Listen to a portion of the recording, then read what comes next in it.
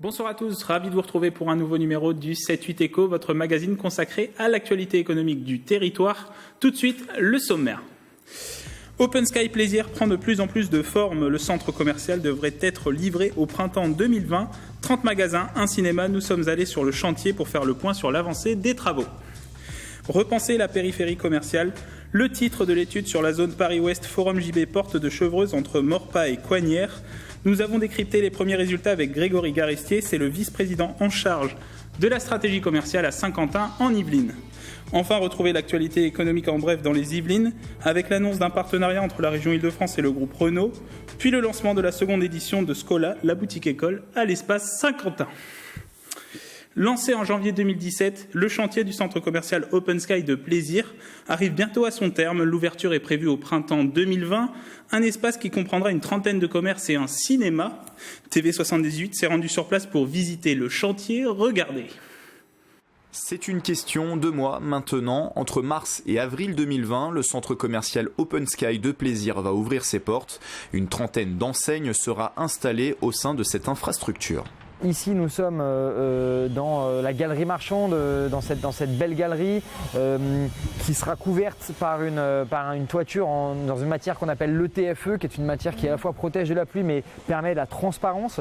Les premiers magasins sont en train d'être livrés aux preneurs. C'est le cas notamment de Primark, la cellule qui est tout au fond vers moi. Et donc, ce qui commence maintenant, c'est cette phase d'aménagement pour les différents magasins, d'aménagement intérieur, alors que le reste du chantier est en train, lui, d'être complété et terminé.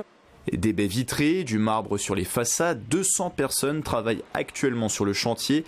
D'un côté, une zone commerciale fermée et de l'autre, une partie ouverte sur l'extérieur. Juste derrière moi se trouvera, au moment de l'ouverture, un escalier monumental qui descendra jusqu'à la partie ouverte, la partie retail park du projet, avec en bas un miroir d'eau autour duquel s'articulera une zone de restauration. On voit la structure métallique qui est en train d'être montée, sur laquelle va venir se positionner ce qu'on appelle la vêture du bâtiment, c'est-à-dire son enveloppe extérieure, ce qui sera vraiment vu par les utilisateurs qui arrivent par la route. Là, vous êtes en train de faire le trajet qu'effectuera un véhicule en arrivant sur ce site, en empruntant les allées pour aller vers les parkings souterrains. Open Sky va renforcer le dynamisme de la zone commerciale Plaisir les Clés-sous-Bois. À la clé, plus de 300 emplois vont être créés.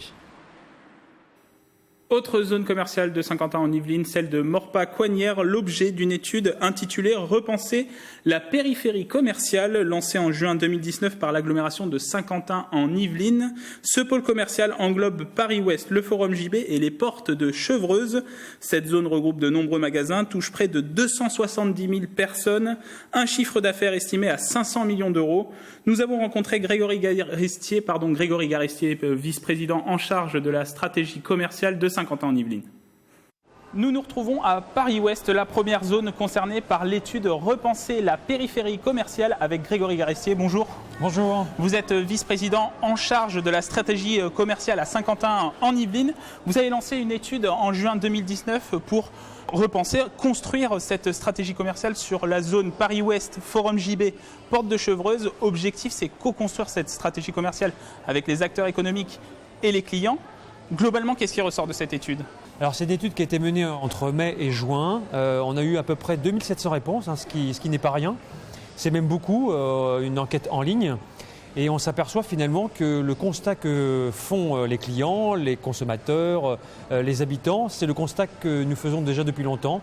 C'est qu'on a une zone commerciale, alors j'allais dire plutôt un pôle commercial, parce qu'il englobe, comme vous l'avez dit, Paris-Ouest, le Forum du JB et les portes de Chevreuse. On a un taux de vacances qui est aux alentours de 5%. On a une problématique en termes aussi de mobilité. Sur l'offre commerciale, on n'a pas un positionnement clair. Et on a aussi des attentes des consommateurs sur une volonté de mieux manger, d'avoir plus d'activités, de mieux circuler au sein même de ce pôle, de trouver une cohérence globale et de retravailler aussi l'urbanisme qui est vieillissant.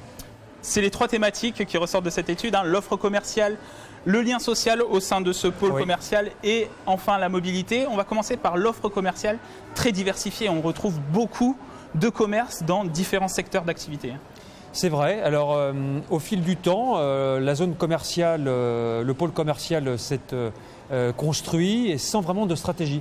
Ce qui veut dire que Coignières a un peu pris le leadership sur l'équipement de la maison, avec les grandes enseignes que l'on connaît, Conforama, Casto. Et Maurepas, c'est plutôt l'équipement de la personne, avec une locomotive alimentaire qui est le Auchan, évidemment. Le pôle historique. Le pôle historique. Et contrairement à ce qu'on croit, c'est plutôt un pôle qui sert des intérêts de proximité. Et aujourd'hui, en effet, on a une offre qui n'est pas forcément cohérente. Voilà, on a des boutiques qui se ressemblent un peu partout sur l'ensemble du pôle. Et donc, il y a besoin aussi de retravailler une identité claire, un positionnement stratégique clair pour l'avenir, comme le font les autres pôles, notamment sur Montigny ou aussi sur Plaisir, même s'il y a aussi un travail à faire de ce côté-là.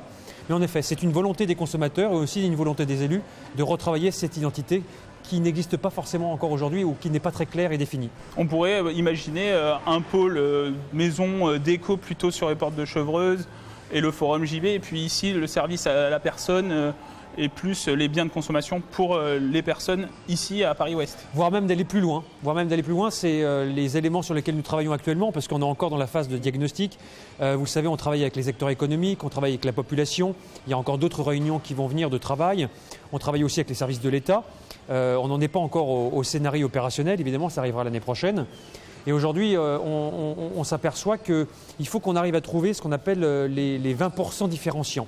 Qu'est-ce qui nous différencie à l'avenir, sur lequel nous devons travailler, sur ce pôle commercial, Paris-Ouest, les portes de Chevreuse et le forum du Gibet, par rapport aux autres pôles qui existent sur le territoire de Saint-Quentin-en-Yvelines et ailleurs. Donc il faut qu'on travaille sur ces 20%.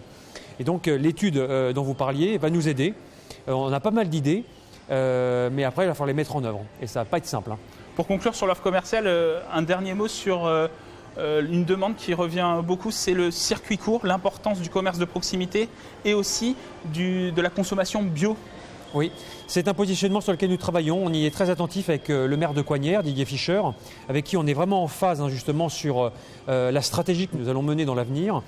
Et je pense qu'en effet, le manger sain, bio, l'agriculture urbaine, on a de la chance, on a des agriculteurs sur le territoire, on a des fermes qui sont pas loin, on a déjà des enseignes qui sont installées sur ce type d'activité. Donc il faut qu'on arrive à travailler aussi, pourquoi pas les regrouper, à trouver une thématique forte, à les porter.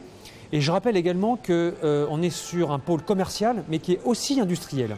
Il ne faut pas qu'on les oublie. On a une zone d'activité qui est à double visage.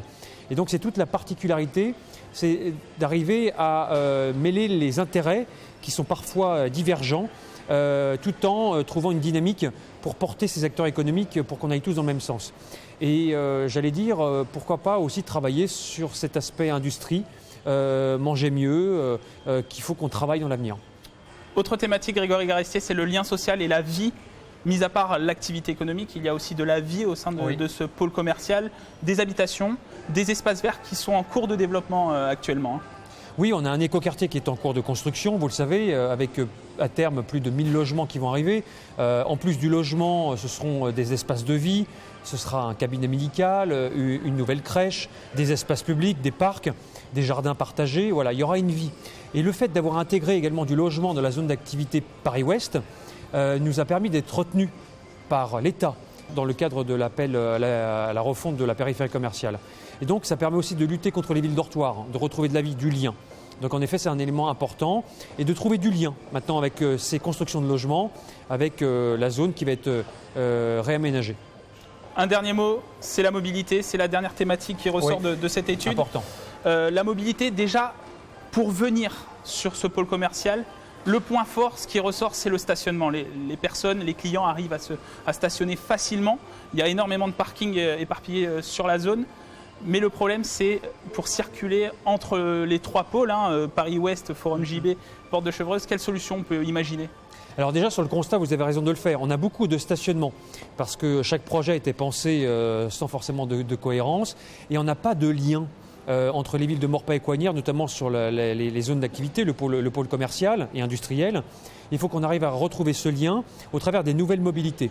Donc en effet, on n'arrivera pas à lutter contre le tout-voiture parce que, évidemment, les activités, les produits qui sont vendus demandent d'avoir un véhicule malgré tout. On ne va pas, quand vous allez chez Conforama, chez Castorama ou acheter du gros volume, vous n'allez pas prendre des transports en commun. Malgré tout, il faut arriver à trouver aussi ces mobilités douces.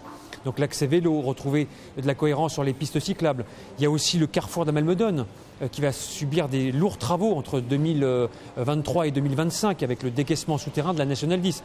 Donc directement l'accès à la gare depuis la départementale. Donc tout ça va fluidifier. Il faut qu'on arrive à retrouver aussi dans l'urbanisme commercial qu'on va réinventer, les aménagements futurs, ce lien entre la voiture, les mobilités douces, peut-être même les transports autonomes, d'être innovants. De travailler avec les entreprises également sur leurs besoins et le transport en commun avec l'agglomération. Voilà, on a été déjà un peu plus loin qu'auparavant avec l'agglomération ces dernières années puisqu'on a davantage de lignes de bus ou de fréquences de bus qui passent dans la zone d'activité. Mais il faut qu'on aille beaucoup plus loin. Donc c'est un travail de fond qui va demander aussi de l'argent public. Mais si on souhaite également concilier, c'est-à-dire l'accès et la dynamique du pôle commercial avec l'écologie, il faut qu'on travaille les mobilités douces, le véhicule électrique. On le voit sur la zone d'activité, on a très peu d'emplacements, de bornes à rechargement. Exactement, donc il faut qu'on aille beaucoup plus loin dans ce secteur-là. Donc c'est tous les enjeux qui nous amènent dans l'avenir. Grégory Garissier, merci beaucoup. Merci à vous. Vice-président en charge de la stratégie commerciale à Saint-Quentin-en-Yvelines. Passons tout de suite à l'actualité économique en bref dans les Yvelines. Le groupe Renault et la région Île-de-France ont annoncé un partenariat vendredi 11 octobre au technocentre de Guyancourt. Objectif, développer un réseau de navettes autonomes entre Roissy et la Défense à l'horizon 2024. La région va investir 100 millions d'euros dans ce projet avec l'utilisation des infrastructures autoroutières A86 et A1. Des tests vont être réalisés sur ces sites. Une navette qui pourrait s'inspirer du concept car EasyGo, un projet qui va contribuer au dynamisme de l'activité du technocentre. Comme l'a rappelé Madame la Présidente, on a beaucoup d'intelligence artificielle entre guillemets ici, donc on a des centres d'essai, de simulation.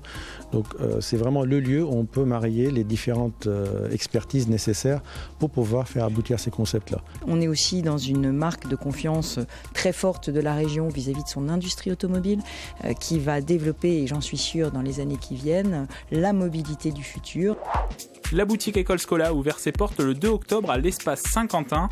Jusqu'au 22 novembre, 20 jeunes âgés de 18 à 30 ans vont bénéficier d'une formation au métier de vendeur. Des cours théoriques, des rencontres avec des professionnels, mais aussi des conseils dans la confiance en soi.